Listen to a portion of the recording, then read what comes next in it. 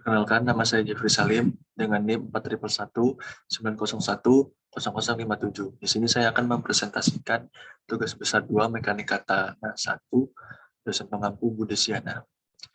Langsung saja. Terdapat 3 soal. Soal pertama, sebuah data percobaan laboratorium uji proyektor standar memberikan hasil sebagaimana tabel berikut. Berat tanah basah dalam cetakan pada 2010 kadar airnya 12,8, pada 2092 kadar airnya 14,5, 2114 15,6, kadar airnya 2100 kadar airnya 16,8, berat tanah basahnya 2055 kadar airnya 19,2. Pertanyaannya, gambar kurva kepadatan dan carilah berat volume kering maksimum dan kadar air optimum tanah yang diuji. Nah, hitungan berat volume kering untuk kondisi zero air void jika GS-nya 2,67, gambarkan kurva P-SAF terhadap kadar air, gambarkan kurva dengan kandungan udara 10%, jelaskan mengapa perlu dilakukan pengujian pemanfaatan laboratorium dan apa kaitannya dengan pengujian laboratorium dan lapangan. Jelaskan faktor-faktor yang mempengaruhi kepadatan suatu tanah. Yang B-nya buat penjelasan tentang jenis-jenis alat pemantauan tanah di lapangan termasuk cara bekerjanya. Yang B, bagaimana cara prosedur pelaksanaan pemantauan di lapangan termasuk aplikasi nilai kadar air optimum yang telah ditemukan dari uji laboratorium. Yang C, bagaimana cara mengecek kepadatan tanah di lapangan pada saat yang selesai dipadatkan. Yang pertama, ini terdapat berat jenis tanah basah dalam cetakan pada sampel 1 2010, kadar airnya 12,8, sampel 2 14,5, sampel 3 15,6, sampel 4 16,8, sampel 5 19,2. Berat isi basah dengan rumus P sama dengan W per V. V itu telah ditentukan 943,3 cm3. Jadi sampel 1 didapat 2,13, sampel 2 2,21, sampel 3 2,24, sampel 4 2,23, sampel 5 2,18. Berat isi kering dengan rumus PD sama dengan P per 1 ditambah W. Sampel 1 didapat 1,89, sampel 2 1,93, sampel 3 1,94, sampel 4 1,91, sampel 5 1,83. Kemudian berat volume kering maksimum dan kadar air optimum tanah terjadi di titik 3 dengan kadar air 15,6%, maka Y sama dengan 0,015X ditambah 2,066 sama dengan 0,0105 dikali kadar airnya 15,6 ditambah 2,066. Jadi dapat hasilnya 2,23 gram per sentimeter. Ini kurva zero air void-nya. Ini sampel berat tanah basah dalam cetakan, lalu volume keringnya ini.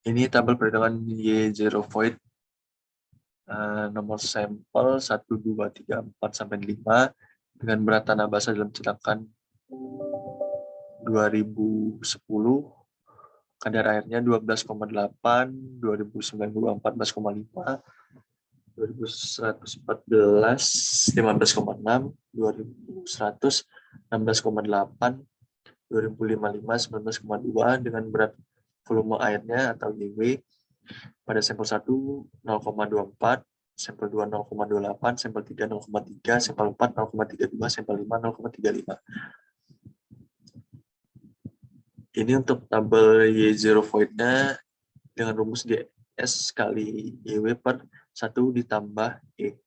Saya pada sampel 1 didapatkan hasil 0,21, sampel 2 0,24, sampel 3 0,26, sampel 4 0,27, sampel 5 0,29. Ini kurvanya.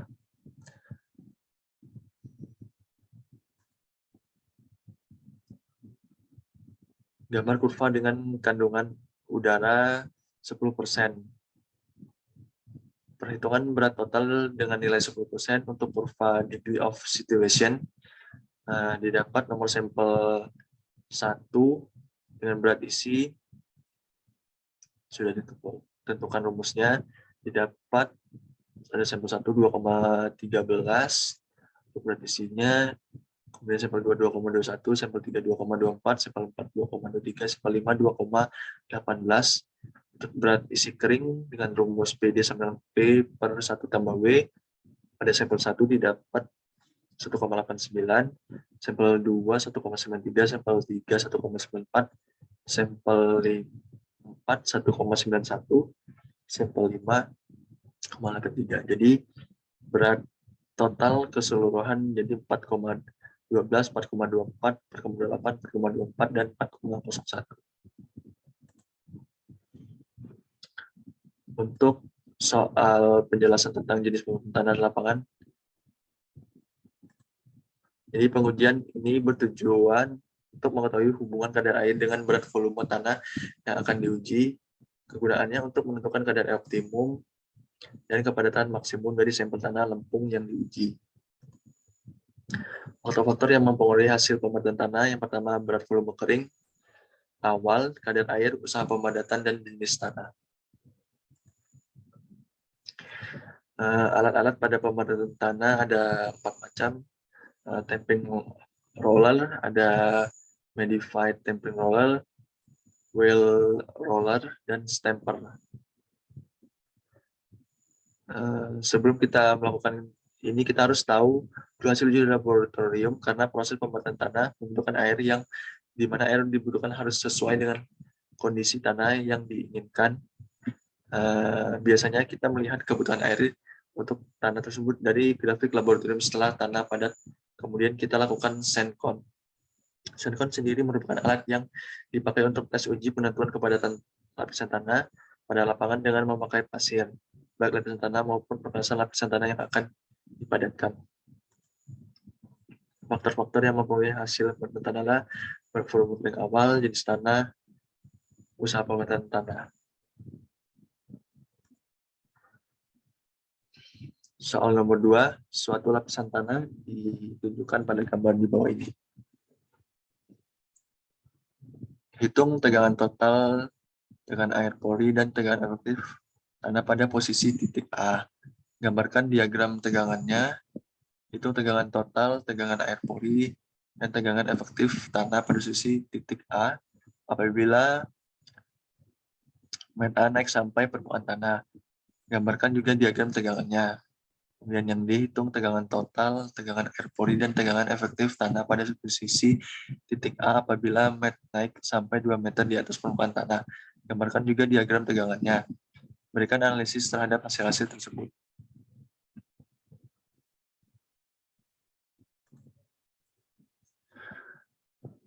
Tegangan total titik A dengan rumus PS dikali 2M ditambah 2M ditambah P saturation dikali 4 meter sama dengan 2,7 dikali 4 ditambah 2 dikali 4 sama dengan 10,8 ditambah 8 sama dengan 18,8 mg per meter persegi. P waternya 1 gram per centimeter kubik sama dengan mg per meter kubik. Tegangan pori titik A pada kedalaman 8 meter, U sama dengan PW dikali D dikurang HW. U sama dengan 1 dikali 8 kurang 2, U sama dengan 1 dikali 6, 6 mg meter kubik. Tegangan efektif titik A dengan kedalaman 8 meter dengan rumus delta 1 ditambah U, delta dikurang U, 18,8 dikurang 6.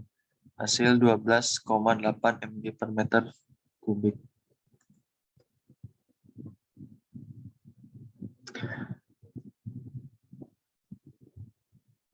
Sebelum membuat diagram, kita perlu menghitung masing-masing tegangan di tiap perbatasan antara lempung pasir dan muka tanah. Tegangan total kedalaman 2 meter, P2 dikali 2 sama dengan 2,7 dikali 2 sama dengan 5,4 mg per meter kubik. Kedalaman 4 meter, PS dikali 4 meter, 2,7 dikali 4, 10,8 mg per meter kubik. Kedalaman 8 meter, PS dikali 2 meter ditambah 2 meter, ditambah P1 dikali 4 meter. Jadi 2,7 dikali 4 ditambah 2 kali 4. Jadi 10,8 ditambah 8 sama dengan 18,8. Tegangan pori disamakan 1 gram per cm kubik sama dengan 1 mg per meter kubik. Kedalaman 2 meter, U sama dengan kedalaman 4 meter, PW dikali D kurang HW, 1 dikali 4 kurang 2 sama dengan 2 mg. Kedalaman 8 meter, PW dikali D dikurang HW, 1 dikali 8 kurang 2 sama dengan 1 dikali 6 sama dengan 6 mg per meter kubik. Tegangan efektif kedalaman 2 meter, delta dikurang U, 5,4 dikurang 0, sama dengan 5,4 mg per meter kubik. Kedalaman 4 meter, delta dikurang U, 10,8 dikurang 2, sama dengan 8,8 mg per meter kubik. Kemudian untuk kedalaman 8 meter, didapat 12,6 mg per meter kubik. Ini kurva tegangan tanah.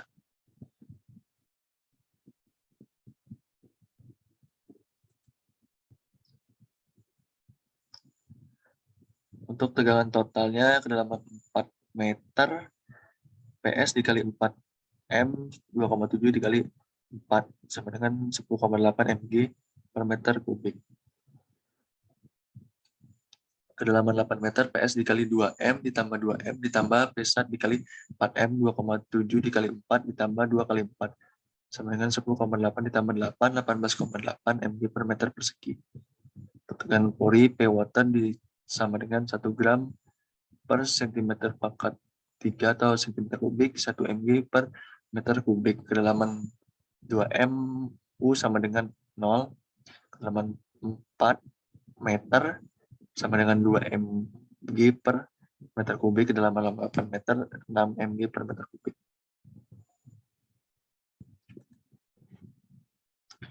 Tegangan efektifnya didapat 5,4 mg per meter kubik, kedalaman 8 meter, 8,8 mg per meter kubik, kedalaman 8 meter, 12,8 meter kubik. Ini untuk kurva tegangan tanah. Tegangan total kedalaman 4 meter, 10,8 mg per meter kubik, kedalaman 8 meternya dengan rumus P dikali 2 meter ditambah 2 meter ditambah P1 kali 4 meter sama dengan 18,8 mg per meter persegi. Dengan pori P waternya 1 mg meter kubik, dari gram ke dijadikan mg per meter kubik. Pada kedalaman 4 meter didapat 6, mg meter kubik, kedalaman 8 meter didapat 10 mg per meter kubik.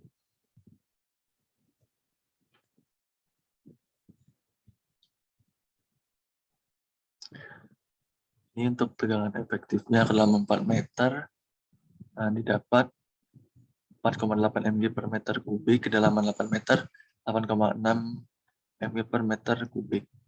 Ini tegangan tanah. Jadi dari hasil analisa data berdasarkan yang telah diolah dapat dilihat pada grafik bahwa semakin naik muka air maka akan semakin tinggi juga tegangan pori diterima oleh tanah. Hal ini berkebalikan dengan tegangan efektif pada tanah karena semakin naik muka air semakin rendah pula nilai tegangan efektif tanah. Tetapi hal ini tidak berpengaruh terhadap tegangan total. Yang dapat mengurangi nilai tegangan total tanah ialah dalamnya permukaan tanah dan nilai kepadatan atau density dari tanah tersebut. Lanjut soal ketiga. Silinder horizontal yang berisi tanah ditunjukkan pada gambar berikut dengan asumsi L sama dengan 10 cm, A sama dengan 10 cm persegi, dan delta H sama dengan 5 cm. Elevasi muka air ditabung dengan tinggi 5 cm di atas pertengahan silinder. Tanah adalah sand dengan E 0,68. Hitung tinggi tekanan, tinggi elevasi, dan tinggi energi total A, B, C, D, dan E. Diketahui P1-nya 2,05 mg per meter kubik, Y1-nya 2,05 dikali 9,81 sama dengan 20,1105 mg per meter kubik. P1 resinnya 1,94 mg per meter kubik, Y1 resin 1,94 dikali 9,81 sama dengan 19,03 mg per meter kubik. Untuk P3-nya 1,22 mg per meter kubik. Y31-nya sama dengan 1,22 dikali 9,81 sama dengan 11,968 mg per meter kubik. Untuk tekanan total 10 X Y saturation sama dengan 10 dikali 19,03. Didapat hasil 190,3 mg per meter kubik. Tekanan air puri 10 Y W sama dengan 10 dikali 9,8 sama 98 mg meter kubik dengan tegangan efektifnya delta dikurang U 190,3 dikurang 98 sama dengan 92,3 mg per meter kubik.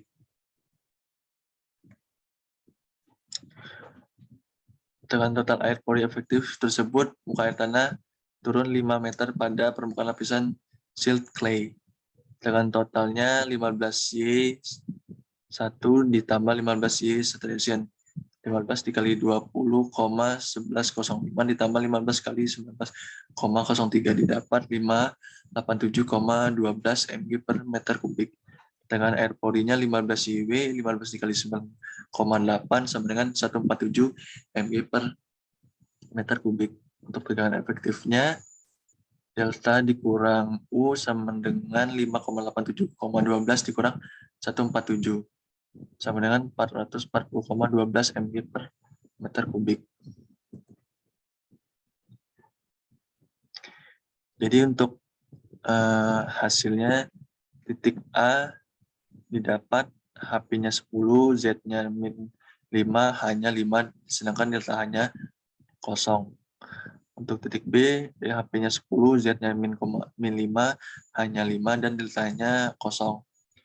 Untuk C, HP-nya 7,5, Z min 5, H 2,5, untuk delta H-nya delta total. D 5, Z-nya min 5, H-nya 0, dan delta H-nya 5 cm. Untuk titik E didapat HP-nya 5, Z-nya min 5, H-nya 6.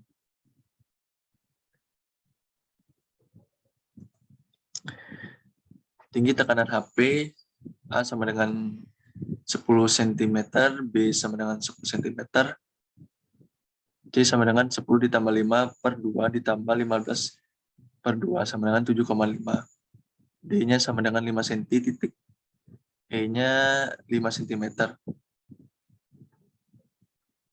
Tinggi elevasi tinggi datum ke titik sama dengan min 5 cm. HA-nya sama dengan 10 ditambah min 5 sama dengan 5, HB 10 ditambah min 5 sama dengan 5, HC 7,5 ditambah min 5 sama dengan 2,5, HD 5 ditambah min 5 sama dengan 0, HE 5 ditambah min 5 sama dengan 5. Jadi didapat kesimpulan tinggi energi total di suatu titik pada aliran air tanah akan berubah bergantung pada tinggi tekanan dan juga tinggi elevasinya.